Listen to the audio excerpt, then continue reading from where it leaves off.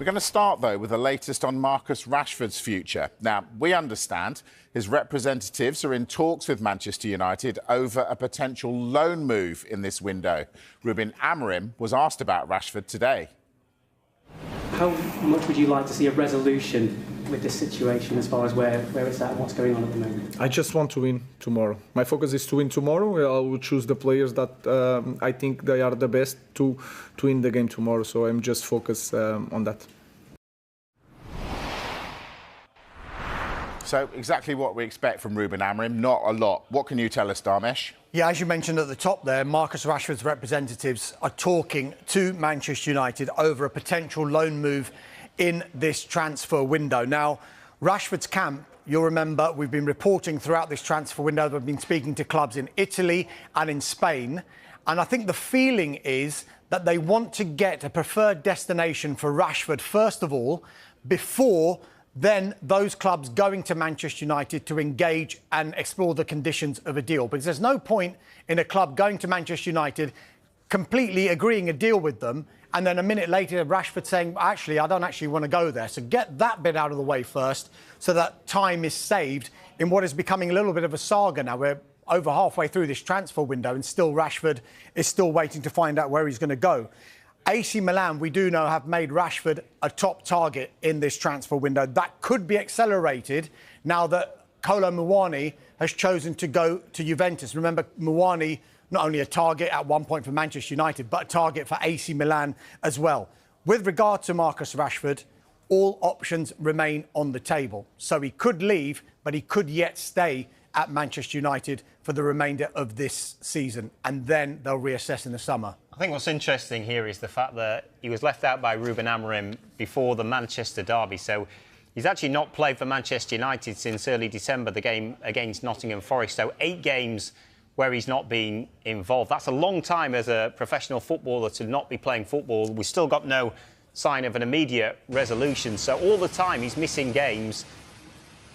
Long-term ambition as well for Marcus Rashford will be to force Thomas Tuchel's hand and get back into the England squad. So this situation isn't great for him either, and I'm sure all parties would like it resolved sooner rather than later. One thing I'd add to that, if Rashford doesn't go and he stays at Manchester United beyond February the 3rd and deadline day, there's every expectation, and it will probably be forced upon United and Ruben Amorim to try and reintegrate him back into the squad and get him playing, because if he isn't playing and they want to sell him in the summer, his value is not going to be great. So it's in Manchester United's interest that Marcus Rashford is playing football until the end of the season, preferably at a club abroad or maybe even United themselves. Jadon Sancho Mark II. Listen, if he does go, Dharmesh, surely they're going to need to get someone in, or are they?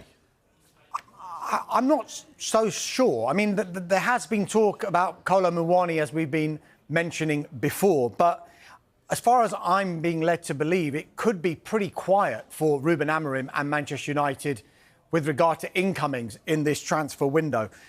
The plan, I think, is for Ruben Amorim to really shape his squad in the summer, because that's what most clubs do. They focus on a summer transfer window. And if you think back to when Ruben Amorim came to the club, he wanted to come in the summer. He wanted to finish off the season at Sporting Lisbon. But United, some would say to their credit, well, actually, this is a now or never situation.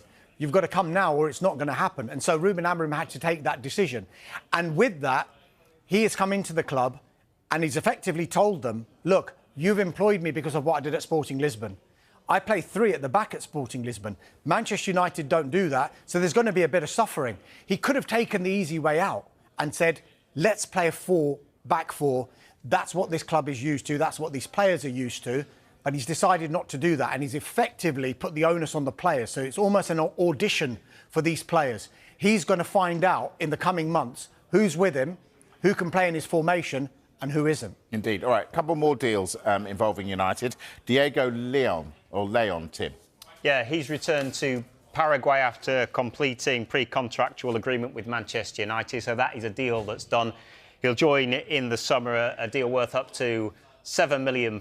He's yet to turn 18. He won't be 18 until April, so one for the future, but a very athletic player, left-sided player, and one that might fit into Ruben Amorim's formation moving forward. And one who might not fit into Ruben Amorim's formation, Anthony. What's the latest on him? Yeah, I mean, it's a similar situation with Marcus Rashford, in the sense that I'm sure that Ruben Amorim would like to get some of these issues sorted now, because you mentioned the summer.